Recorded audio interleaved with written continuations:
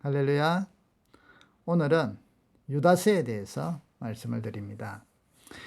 지금 현재 요한서나 요한 1, 2, 3서, 유다서, 베드로 전후서 대부분이 이제 1세기 좀 후반부에 있습니다. 자, 이때 교회들의 처한 상황은 외부적으로는 로마 황제의 그런 핍박들이 있을 때고요. 특별히 황제 숭배 사상이나 그렇기 때문에 우상 숭배에 대한 저항으로 인하여 핍박이 있을 때고, 교회 내부적으로는 가만히 들어온 자 혹은 이단들이 이제 교회에 침투해서 성도들의 삶을 유혹을 하고 현혹시키는 그런 지경에 있었습니다. 그래서 요한 1, 2, 3서, 요한 같은 경우는 요한 1, 2, 3서를 통하여 소아시아 지역 있는 요한의 영향을 받은 믿음의 사람들, 요한 공동체라고 부르죠.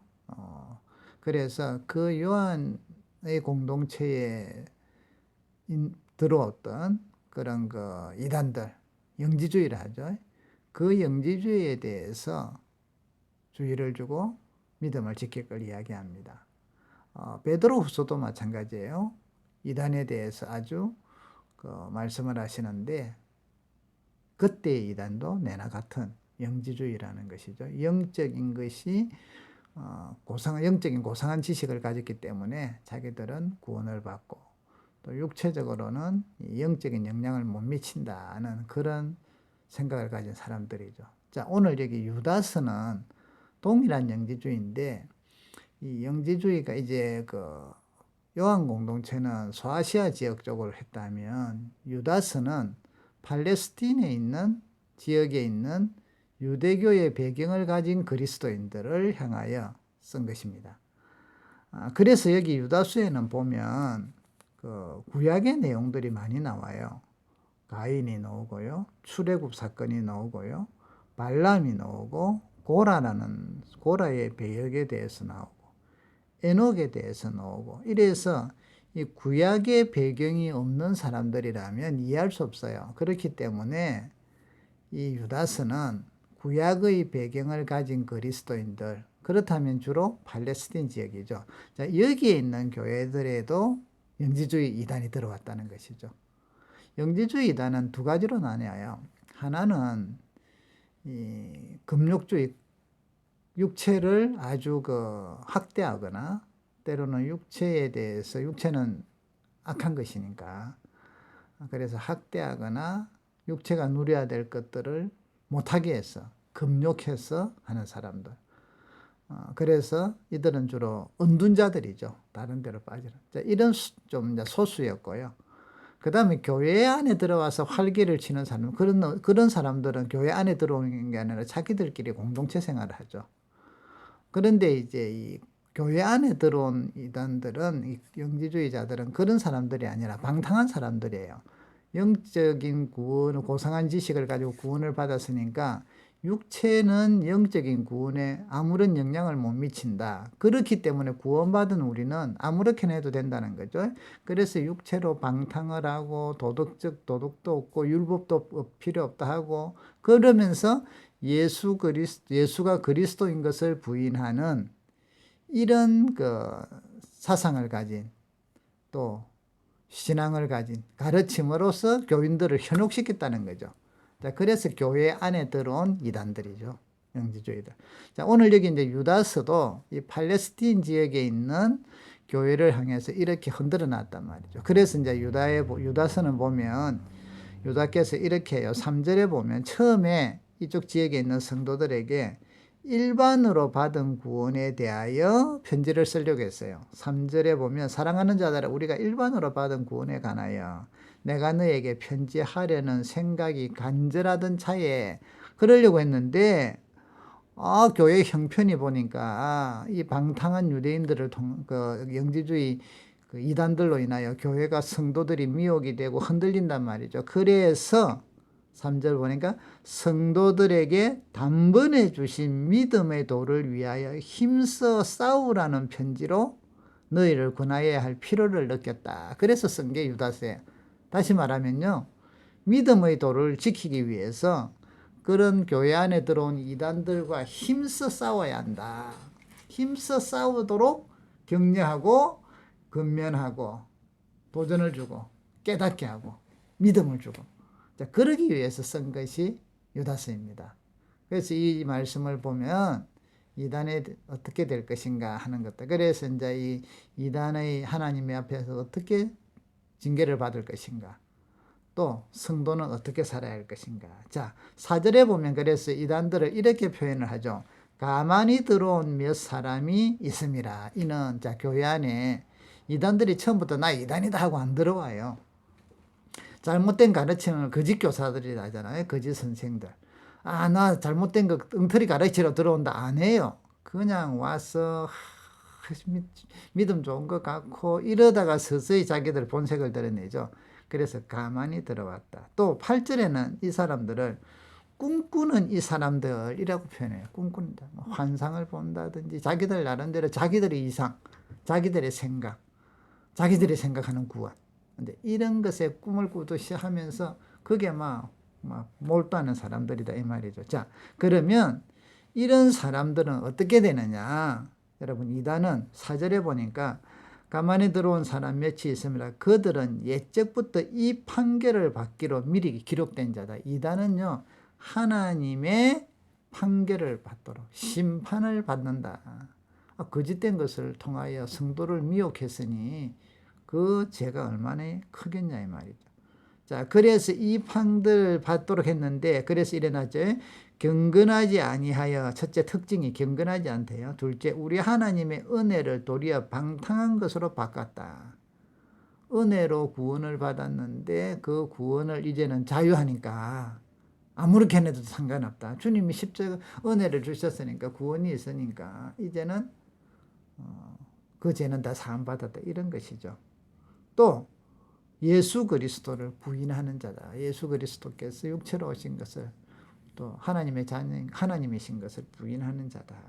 자, 그래서 이런 것들에 대해서 하나님이 이제 이 사람들을 판결하신다. 어떻게 판결하시느냐? 5절에 보면 너희가 본래 모든 사실을 알고 있으나 내가 너희로 다시 생각나게 한다. 자, 이게 대해서 알고 있다는 거죠, 이 성도들은. 왜냐하면 구약에서 이미 하나님의 이렇게 이단으로서 하나님의 일에 대항을 하고 때로는 경건하지 않고 은혜를 방탕한 것으로 바꾸고 이랬던 사람들이 어떤 벌을 받았는지 안다는 것이죠. 그래서 첫 번째 보면 5절에 애굽에서 구원하여 내었는데 믿지 않은 사람들은 심판을 받았죠. 죽기도 하고 뱀에 물려 죽기도 하고 땅에 빠져 죽기도 하고, 그래서 멸하셨다. 또 6절에 자기 지위를 지키지 않고 자기 처소를 떠난 천사들을 끝날의 심판까지 영원한 결박으로 흑암에 가두치고, 7절에 소돔과 고모라와 그 이웃 도시들도 그들과 같은 행동을 음란하며 다른 육체를 따라가다가 영원한 불의 형배를 받았다고 이야기해요. 그래서 여기 4절에 하나님의 은혜를 도리어 방탕한 것을 바꾼 사람들이 어떤 심판을 받았는지, 또 경건하지 아닌 자들이 어떤 심판을 받았는지를 설명을 하죠. 8절에 보면 이 꿈꾸는 사람들이나 똑같죠. 가만히 들어온 이단들, 이들도 자, 지금 이제 구약에 이 사람들이 이렇게 됐는데, 그럼 이들이 지금 현재 우리 교회에 들어와서 어떻게 하느냐? 이들도 지금 현재 어떻게 해요? 육체를 더럽힌다. 구원받았다면서 육체를 더럽힌다.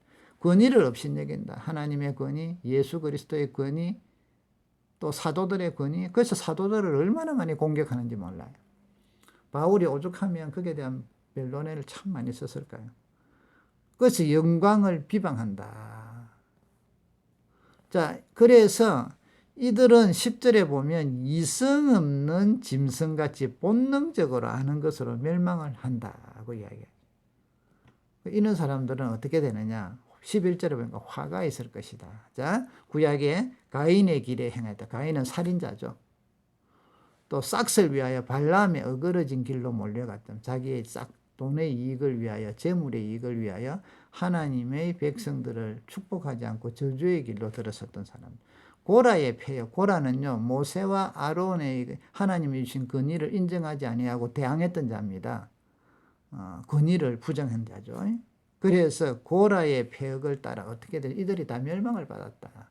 자, 따라서 이들도 이리 될 것이라는 거죠.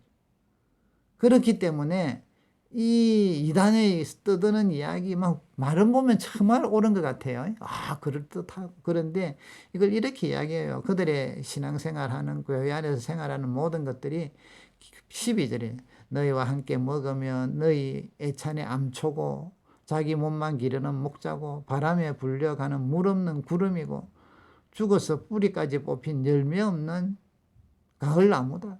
수치의 거품을 품는 바다에 거친 물결이고 영원히 예비된 캄캄한 흑암으로 돌아갈 유리하는 별들이다. 뭔가 반짝이는 것은 있는 것 같은데 유리하다.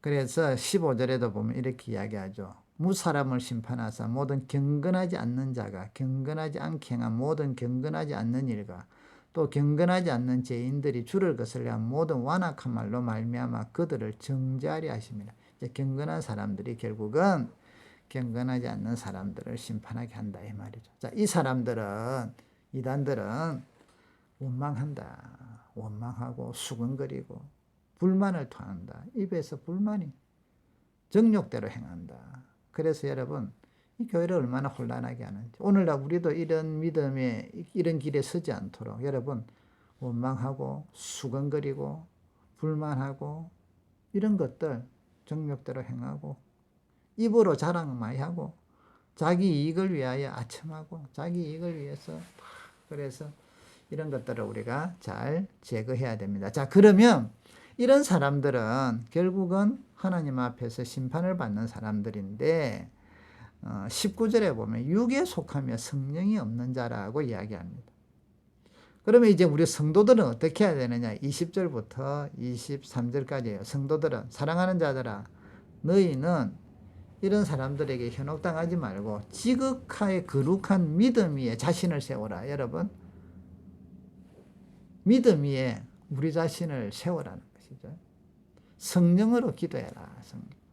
하나님의 사랑 안에서 자신을 지키라. 그러니까 육체적으로 타락하지 말고 범죄하지 말고 믿음으로 살고 자신을 지키고 그 다음에 주님의 재림 때까지 영생에 이르도록 우리 주 예수 그리스도의 긍휼을 기다리라.